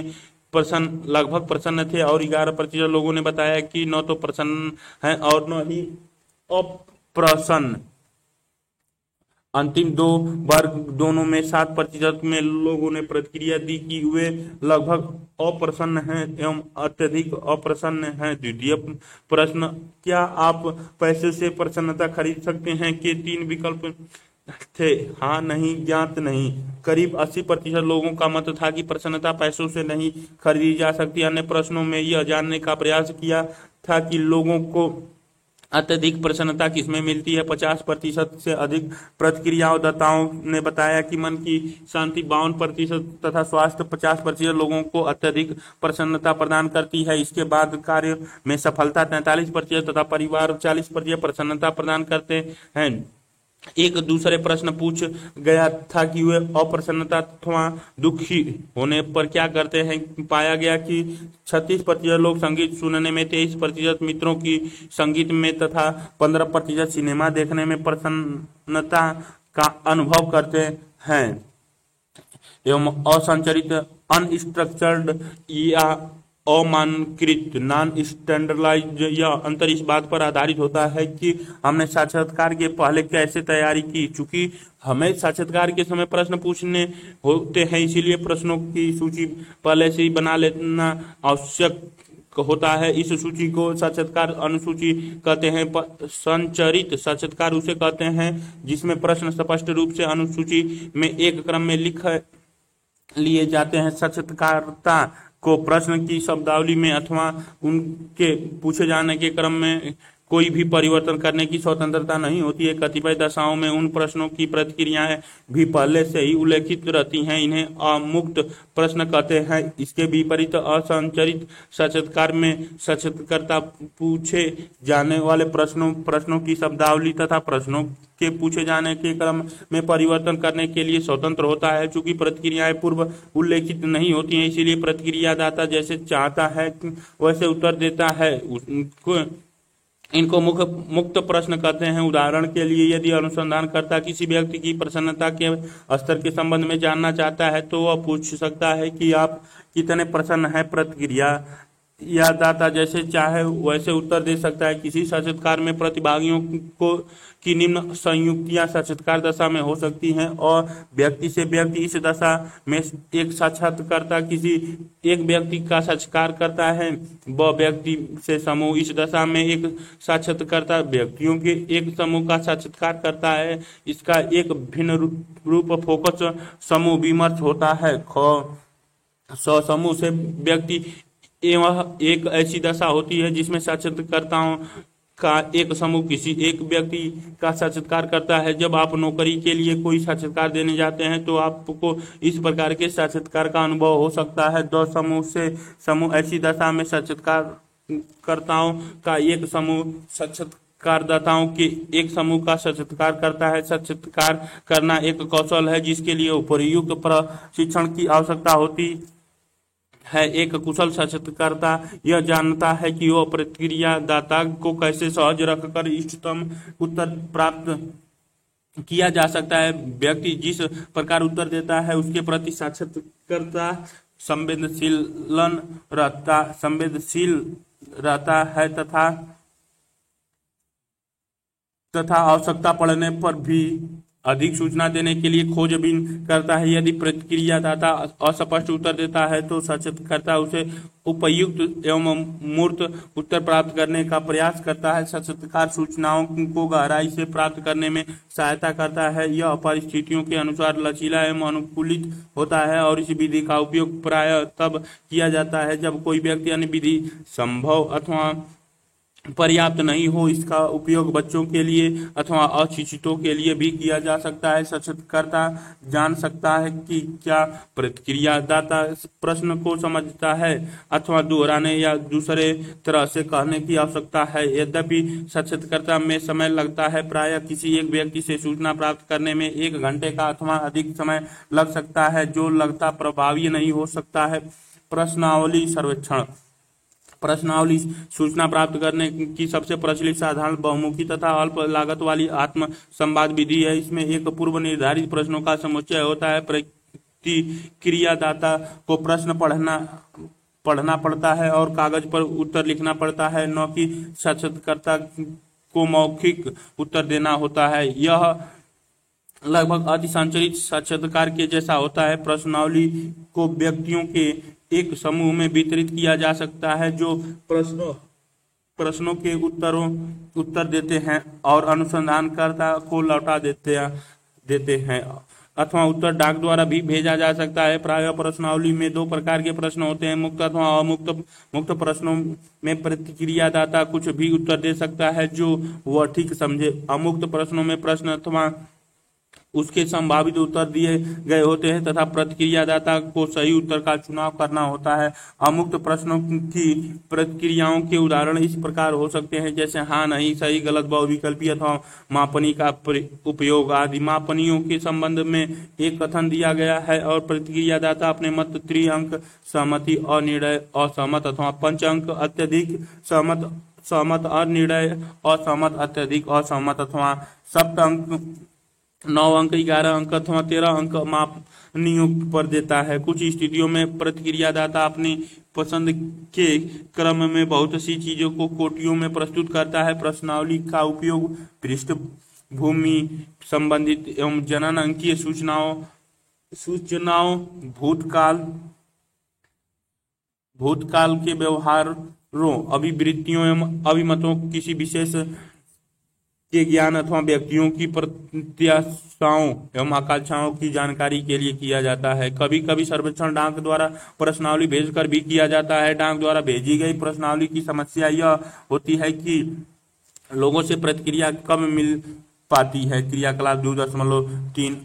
एक अन्वेषण इंटरनेट पर एक प्रभाव वाली प्रश्नावली देकर जानना चाहता है कि कल्याण कार्यक्रमों के प्रति लोगों की अभिवृत्ति कैसी है। क्या यह अध्ययन सामान्य लोगों के विचारों को सही प्रदर्शित करता है, क्यों अथवा क्यों नहीं। दूरभाष सर्वेक्षण दूरभाष टेलीफोन द्वारा भी किए जाते हैं और आजकल मोबाइल फोन पर SMS संक्षिप्त संदेश सेवा द्वारा विचारों को जानने के कार्यक्रम आपने देखे होंगे। दूरभाष सर्वेक्षण में समय कम लगता है, चूंकि प्रतिक्रियादाता साक्षात्कारकर्ता को नहीं जानता है, इसीलिए प्रतिक्रियादाताओं में असहयोग, अनिच्छा तथा सतही उत्तर देने की प्रवृत्ति देखी जाती है। एक संभावना और है कि प्रतिक्रियादाता प्रतिक्रिया न देने वाले से आयु, लिंग, आय स्तर, शैक्षिक स्तर आदि में भिन्न हो सकते हैं। उसमें अभिन्नत परिणाम मिलने की संभावना बनी रहती है। परीक्षण विधि की चर्चा पहले की गई है। सर्वेक्षण करने हेतु इस विधि का भी उपयोग किया जाता है। प्रत्येक विधि के अपने लाभ एवं सीमाएं हैं। शोधकर्ता को किसी विधि विशेष का चयन करते समय सावधानी बरतनी चाहिए।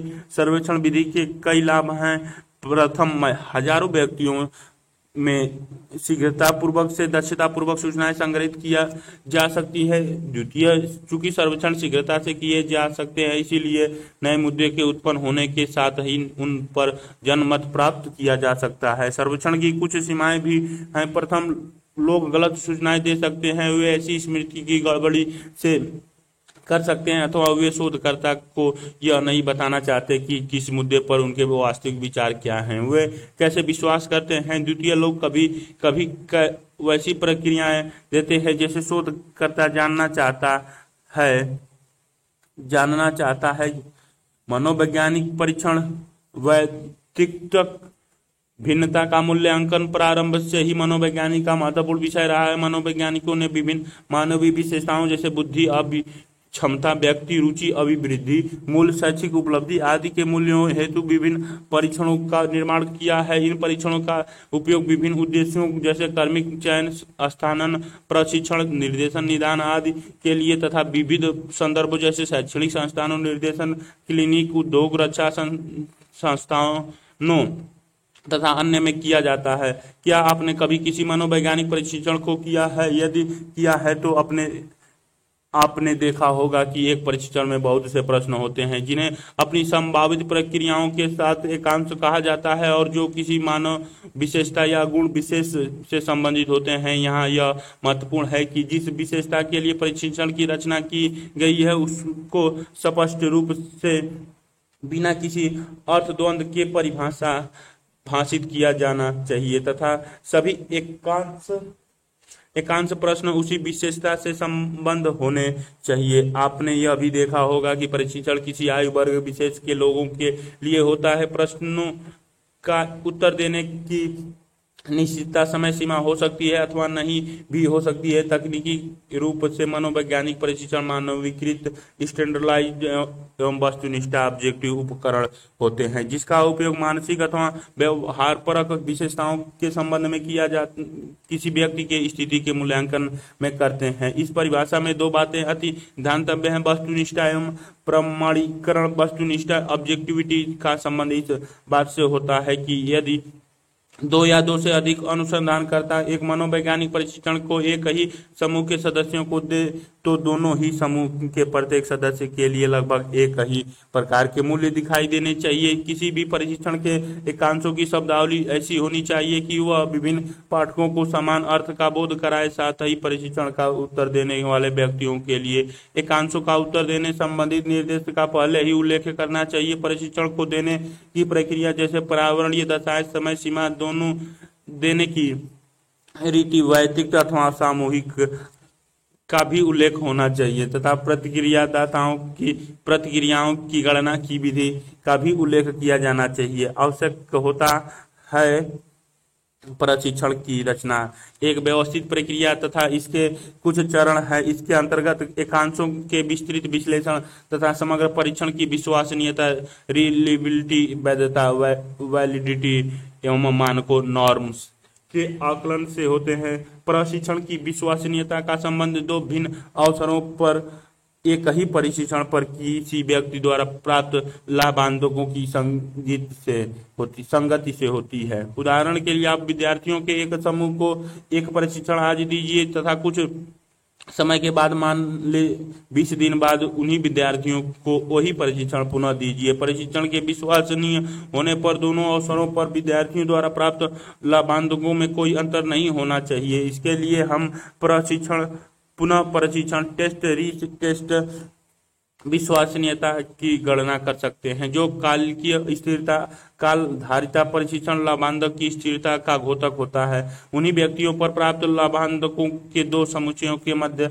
सहसंबंध गुणांक प्राप्त करके उसकी गणना की जाती है। दूसरी प्रकार की परीक्षण विश्वसनीयता के विभक्त स्प्लिट हॉफ विश्वसनीयता कहते हैं। यह परीक्षण की आंतरिक संगीत की मात्रा का संकेत देती है।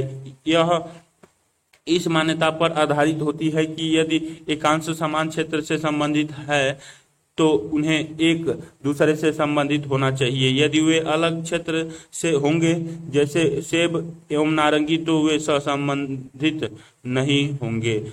आंतरिक संगति ज्ञात करने के लिए परीक्षण को दो समान भागों में विषम समविधि एकांश 1, 3, 5 एक समूह में तथा एकांश 2, 6, 4 समूह दूसरे समूह में बांट दिया जाता है तथा विषम सम एकांशों पर प्राप्त लाभांशों के मध्य सहसंबंध गुणांक की गणना की जाती है। प्रशिक्षण के उपयोग योग्य होने के लिए उसकी वैधता भी आवश्यक है। वैधता का संबंध इस प्रश्न से है कि क्या प्रशिक्षण उस चीज का मापन कर रहा है जिसका वह मापन करने का दावा करता है। उदाहरण के लिए, यदि आपने एक गणितीय उपलब्धि परीक्षण की रचना की है तो क्या प्रशिक्षण गणितीय उपलब्धि का मापन कर रहा है अथवा भाषा दक्षता का। अंतिम रूप से कोई प्रशिक्षण प्रमाणिक प्रशिक्षण तब होता है जब प्रशिक्षण के लिए मानक विकसित कर लिए जाते हैं, जैसा कि पूर्व में वर्णित है। मानक समूह का सामान्य अथवा औसत निष्पादन होता है। प्रशिक्षण विद्यार्थियों के एक बड़े समूह को दिया जाता है। उनकी आयु, लिंग, आवास स्थान आदि के आधार पर औसत निष्पादन मानक सुनिश्चित कर लिए जाते हैं। इससे एक विद्यार्थी के निष्पादन की समूह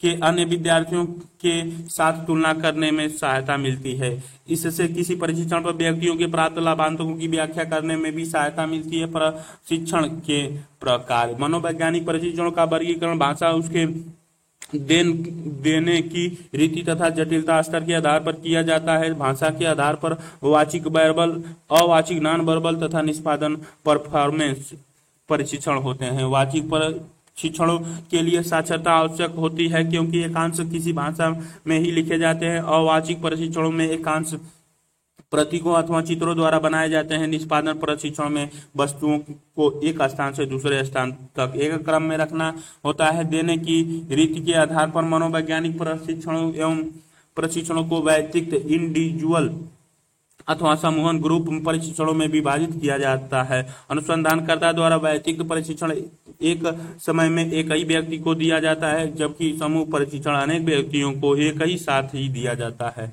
वैयक्तिक प्रशिक्षण में अनुसंधानकर्ता आमने सामने प्रशिक्षण बांटता है तथा परीक्षार्थी के सामने बैठकर प्रतिक्रियाएं नोट करता है। समूह प्रशिक्षण में एकांशों के उत्तर देने के निर्देश आदि प्रशिक्षण पर लिखे होते हैं, जिसमें परीक्षार्थी पढ़ता है तथा उसी के अनुसार प्रश्नों का उत्तर देता है। प्रशिक्षण देने वाला पूरे समूह को निर्देशों की व्याख्या करता है। वैयक्तिक प्रशिक्षणों में समय अधिक लगता है, परंतु बच्चों तथा भाषा न जानने वाले से प्रतिक्रिया प्राप्त करने का यह उत्तम तरीका है। समूह प्रशिक्षण देना सरल होता है तथा इनमें समय भी कम लगता है। यद्यपि प्रतिक्रियाओं की कुछ सीमाएं होती हैं। प्रतिक्रियादाता प्रश्नों का उत्तर देने के लिए पर्याप्त अभिप्रेरित नहीं भी हो सकता है और झूठ प्रतिक्रिया भी दे सकता है। मनोवैज्ञानिक प्रशिक्षण गति, स्पीड एवं शक्ति, पावर प्रशिक्षण के रूप में भी वर्गीकृत किए जाते हैं। गति प्रशिक्षण की एक समय सीमा होती है जिसमें परीक्षार्थी को सभी एकांशों का उत्तर देना होता है।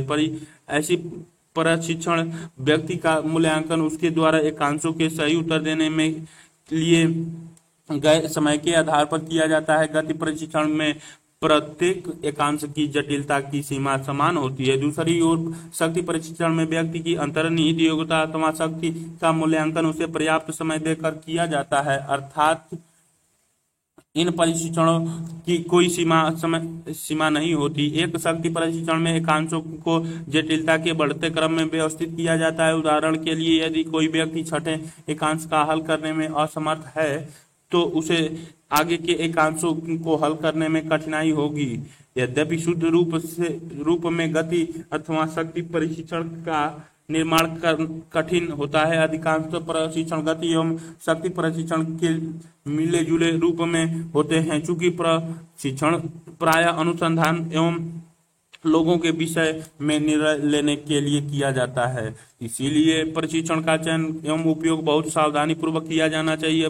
प्रशिक्षणकर्ता अथवा निर्णय करने वाले व्यक्ति को किसी एक ही प्रशिक्षण पर निर्भर नहीं रहना चाहिए। प्रशिक्षण पद्धतियों में व्यक्ति की पृष्ठभूमि, रुचियों तथा पूर्व के निष्पादन के संबंध में सूचनाएं सम्मिलित होनी चाहिए। क्रियाकलाप 2.4 एक प्रशिक्षण का की अनुदेश पुस्तिका का ध्यान पूर्वक पढ़िए तथा निम्नलिखित को पहचानिए। एकांशों की संख्या एवं प्रकार, विश्वसनीयता, वैधता एवं मानकों से संबंधित सूचनाएं।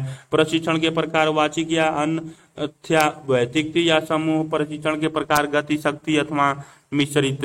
कोई अन्य विशेषताएं अन्य विद्यार्थियों अथवा अध्यापकों के साथ इन पर चर्चा करें। व्यक्ति अध्ययन, इस विधि में एक व्यक्ति विशेष केस का गहराई से अध्ययन करने पर बल दिया जाता है। अनुसंधानकर्ता उन व्यक्तियों पर ज्यादा ध्यान केंद्रित करते हैं जिनसे कम समझे गए गोचर के संबंध में महत्वपूर्ण सूचनाएं मिलती हैं अथवा कुछ नए सीखने को मिलता है। केस विशिष्ट योग्यताओं वाले एक व्यक्ति हो सकता है, उदाहरण के लिए मनोवैज्ञानिक विकार प्रदर्शित करने वाला एक रोगी अथवा व्यक्तियों का ऐसा छोटा समूह जिनमें बहुत सी विशेषताएं समान होती है। उदाहरण के लिए सृजनात्मक लेखन जैसे रविंद्रनाथ टैगोर एवं महादेवी वर्मा संस्थाएं। उदाहरण के लिए खराब अथवा सफलतापूर्वक कार्य करने वाले विद्यालयों अथवा कंपनियों कार्यालय तथा विशिष्ट घटनाएं। उदाहरण के लिए सुनामी के विध्वंसक से प्रभावित बच्चे, युद्ध अथवा वाहन द्वारा उत्पन्न प्रदूषण आदि।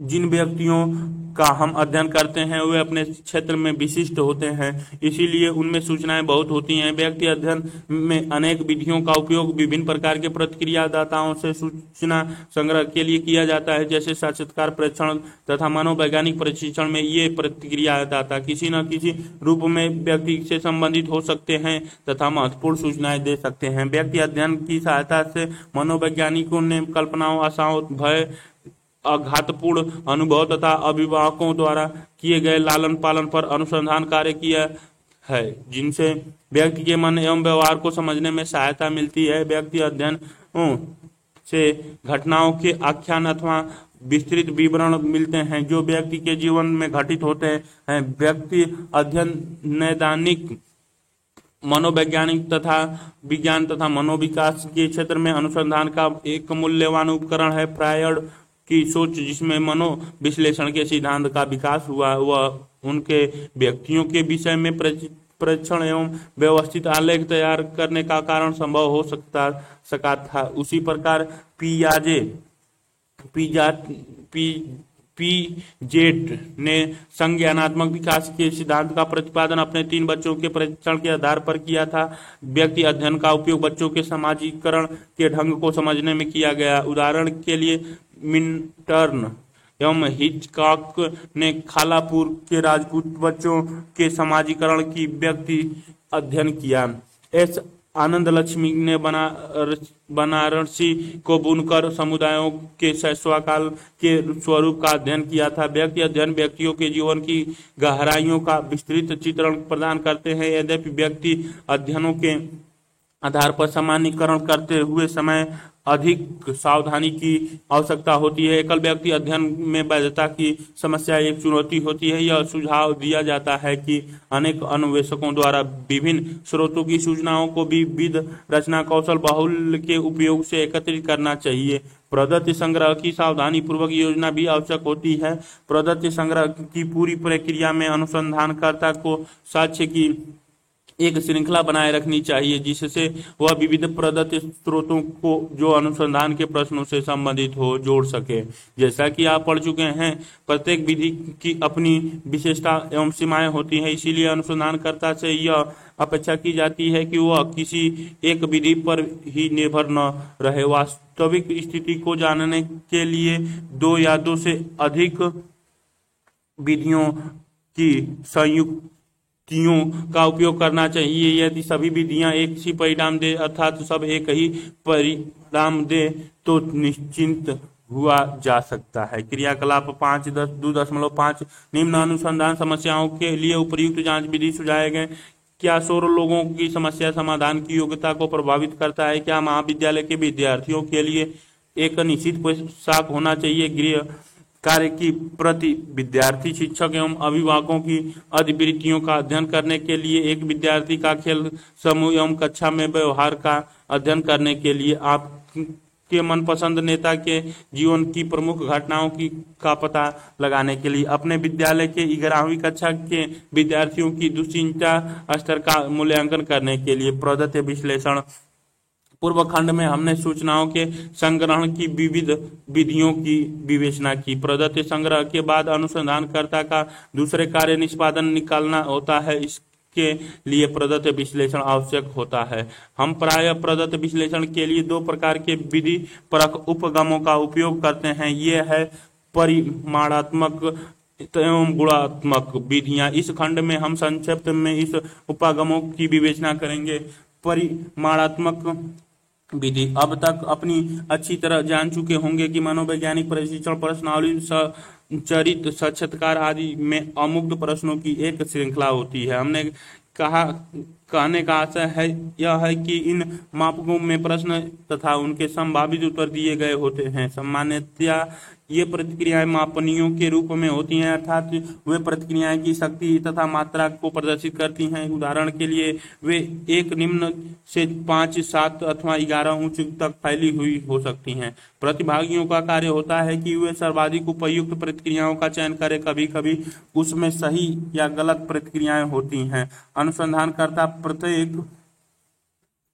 प्रत्येक उत्तर के लिए 1 अंक प्रदान करता है। प्रायः 1 अंक सही उत्तर देने के लिए तथा 0 अंक उत्तर गलत देने के लिए। अंत में अनुसंधानकर्ता इन सभी अंकों का योग ज्ञात करता है और एक समग्र अंक प्राप्त करता है जो प्रतिभागियों के उस गुण विशेष के स्तर के विषय में बताता है। उदाहरण के लिए बुद्धि, शैक्षिक बुद्धि इत्यादि। ऐसा करते समय अनुसंधानकर्ता मनोवैज्ञानिक गुणों का एकमात्र साधारणतया अंक में बदल देता है। निष्कर्ष ज्ञात करने के उद्देश्य से अनुसंधानकर्ता व्यक्ति के उपलब्धांकों की तुलना समूह से करता है अथवा 2 समूहों के लब्धांकों की तुलना करता है। उसके लिए कुछ सांख्यिकी विधियों के उपयोग की आवश्यकता पड़ती है, जिसके विषय में आप आगे पढ़ेंगे।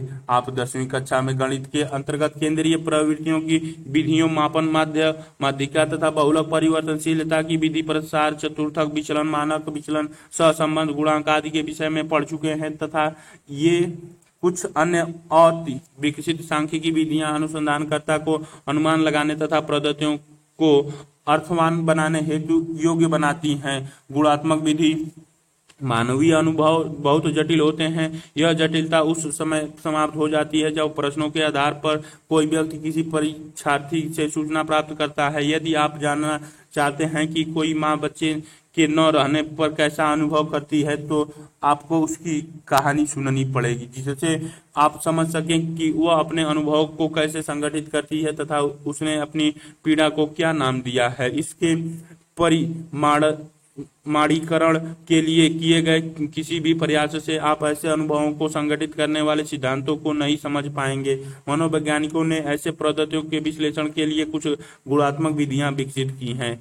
इनमें से एक विवरणात्मक विधि है। प्रदत्त सर्वदा उपलब्धांकों के रूप में नहीं प्राप्त होते हैं। जब अनुसंधानकर्ता सहभागी प्रशिक्षण की विधि का अथवा असंरचित साक्षात्कार का उपयोग करता है तो प्रदत्त प्राय विवरणों के रूप में प्राप्त होते हैं। जैसे प्रतिभागी की ही शब्दावली में अनुसंधानकर्ता के परीक्षण नोट, फोटोग्राफ अनुसंधानकर्ता द्वारा साक्षात्कार के साथ ली गई प्रतिक्रियाओं के विवरण अथवा टेप, वीडियो, अभिलेखित अनौपचारिक बातचीत आदि रूप में ऐसे पद्धतियों को अंक में परिवर्तित नहीं किया जा सकता है और इनकी सांख्यिकी विश्लेषण भी नहीं किया जा सकता है, बल्कि अनुसंधानकर्ता विषय विश्लेषण विधि का उपयोग कर कथपरक वर्गीकरण की जानकारी प्राप्त करता है और प्रदत्त के उदाहरण लेकर उन वर्गों का निर्माण करता है। यह संभवतः अधिक विवरणात्मक होते हैं। यह समझ लेना चाहिए कि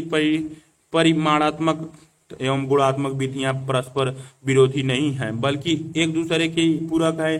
किसी घटना को समग्र रूप से में समझने के लिए दोनों विधियों की उपयुक्त संयुक्ति अधिक अपेक्षित होती है। मनोवैज्ञानिक जांच की सीमाएं।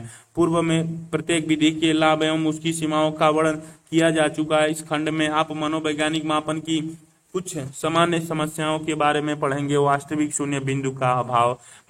भौतिक विज्ञान में मापन शून्य से प्रारंभ होते हैं। उदाहरण के लिए यदि आप मेज की लंबाई मापन करना चाहते हैं तो आप उसका मापन शून्य से शुरू कर सकते हैं कि यह 3 फीट लंबी है। मनोवैज्ञानिक मापन में हम शून्य बिंदु नहीं मिलते। उदाहरण के लिए इस दुनिया में किसी भी व्यक्ति की बुद्धि शून्य नहीं होती है। हम सभी लोगों के साथ बुद्धि की कुछ मात्रा अवश्य होती है। मनोवैज्ञानिक मन चाहे ढंग से किसी बिंदु को शून्य बिंदु निर्धारित कर लेता है और आगे बढ़ते परिणाम स्वरूप हम मनोवैज्ञानिक अध्ययन में जो कुछ लब्धांक प्राप्त करते हैं वे अपने आप में निरीक्षण नहीं होते बल्कि उनका सापेक्षिक मूल्य होता है। कुछ अध्यायों में कोटियों की लाभांक के रूप में उपयोग में लाया जाता है। उदाहरण के लिए किसी प्रशिक्षण में प्राप्त किए गए लाभांक के आधार पर शिक्षक विद्यार्थियों को एक क्रम में व्यवस्थित करता है, 1 2 3 4 और उसी प्रकार आगे भी करता है। ऐसे मूल्यांकन की समस्या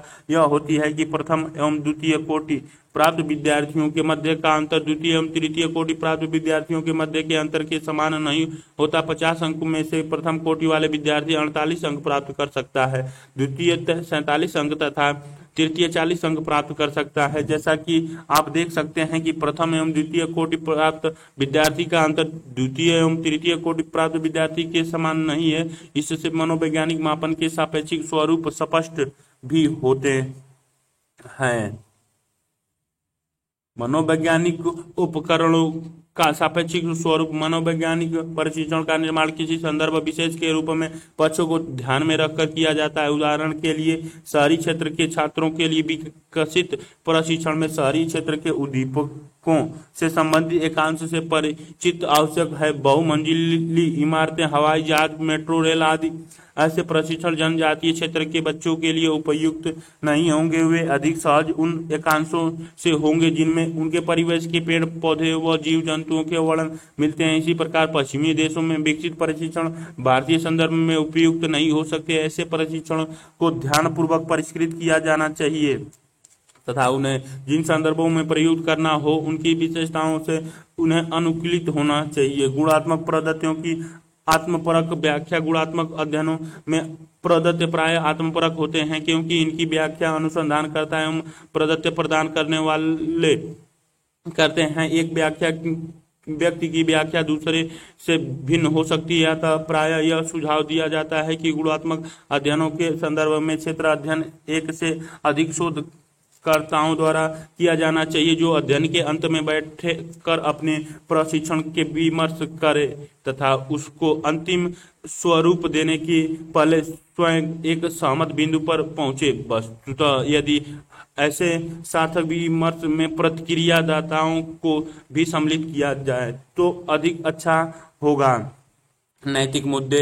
जैसा कि आप जानते हैं मनोवैज्ञानिक अनुसंधान मानव व्यवहार से संबंधित होते हैं, इसीलिए अनुसंधानकर्ता से यह आशा की जाती है कि वह अपने अध्ययन के दौरान नैतिकता अथवा नैतिक सिद्धांत का पालन करेगा। ये सिद्धांत हैं अध्ययन में भाग लेने के लिए व्यक्ति की निजता एवं रुचिकर का सम्मान, अध्ययन के प्रतिभागियों के उपकार अथवा किसी खतरे से उनकी सुरक्षा तथा अनुसंधान के लाभों में सभी प्रतिभागियों की भागीदारी। इन नैतिक सिद्धांतों के कुछ महत्वपूर्ण पक्षों का वर्णन आगे किया जा रहा है। स्वैच्छिक सहभागिता। यह सिद्धांत कहता है कि जिन व्यक्तियों पर आप अध्ययन करने जा रहे हैं उन्हें यह निर्धारित करने का विकल्प होना चाहिए कि वे अध्ययन में भाग लेंगे अथवा नहीं।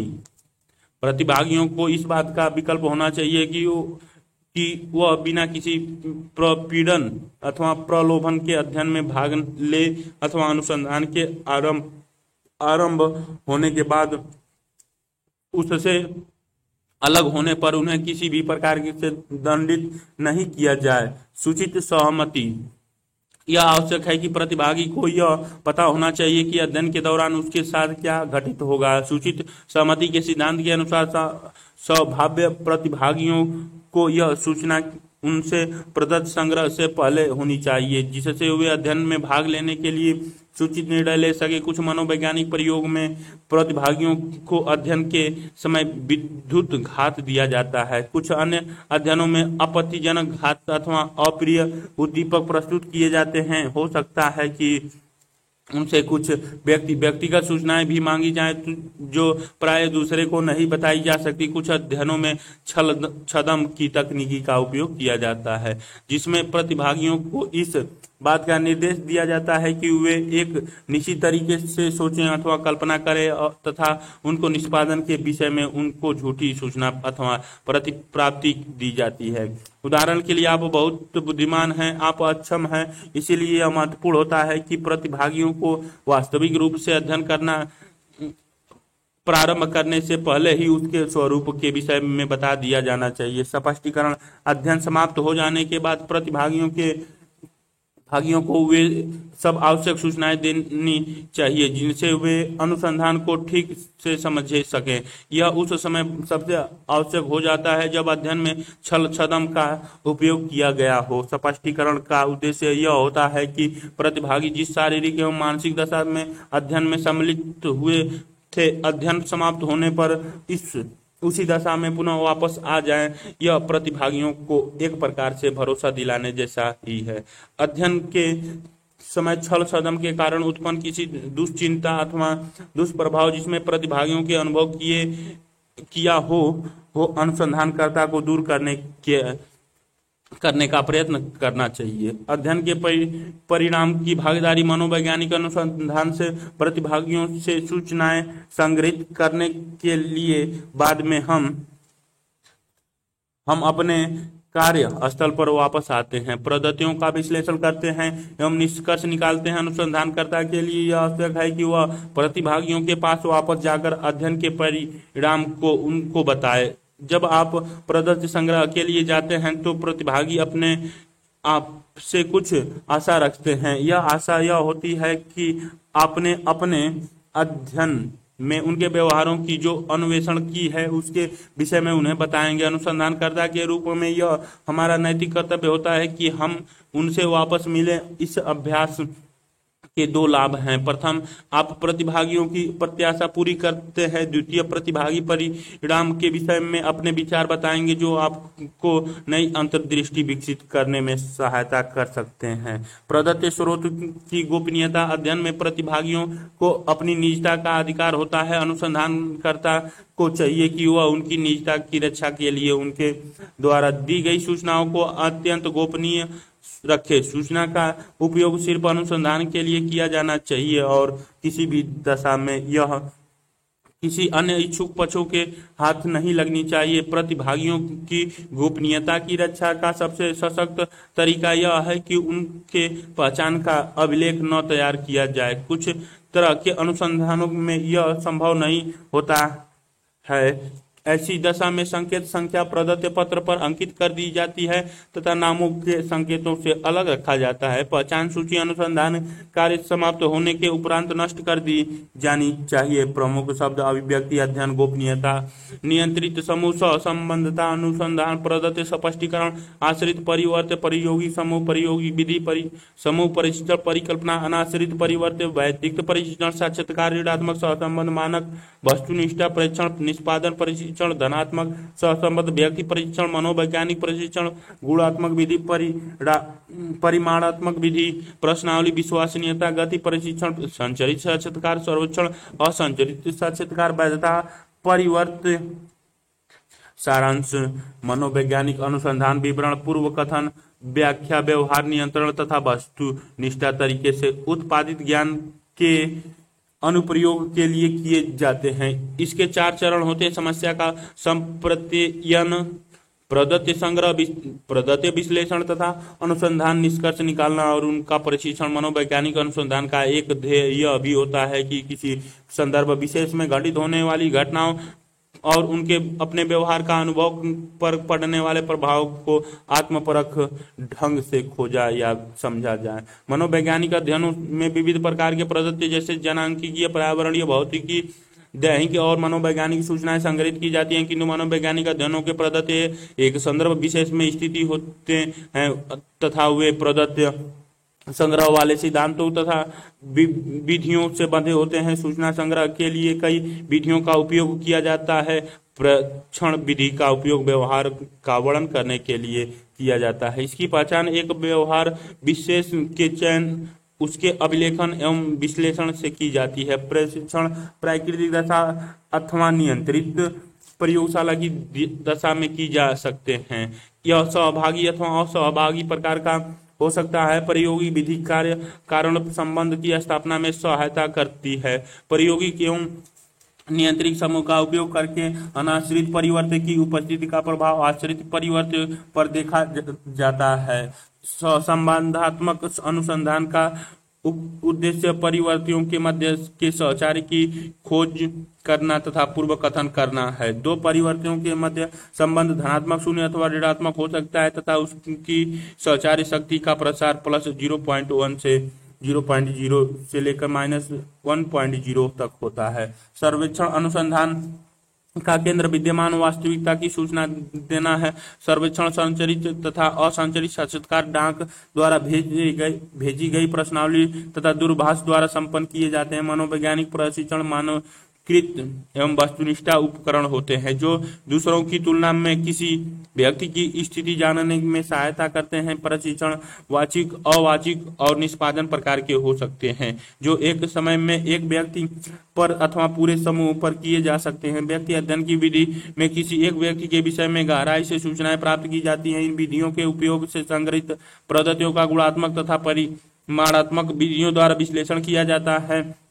परिमाणात्मक विधियों में निष्कर्ष ज्ञात करने के लिए सांख्यिकी प्रक्रियाओं का उपयोग किया जाता है। गुणात्मक अनुसंधान के अंतर्गत विवरणात्मक विधि एवं विषय विश्लेषण विधि का उपयोग किया जाता है। मनोवैज्ञानिक जांच की निरपेक्ष शून्य बिंदु के अभाव मनोवैज्ञानिक उपकरणों के सापेक्ष स्वरूप एवं गुणात्मक पद्धतियों की आत्मपरक व्याख्या जैसी सीमाएं हैं।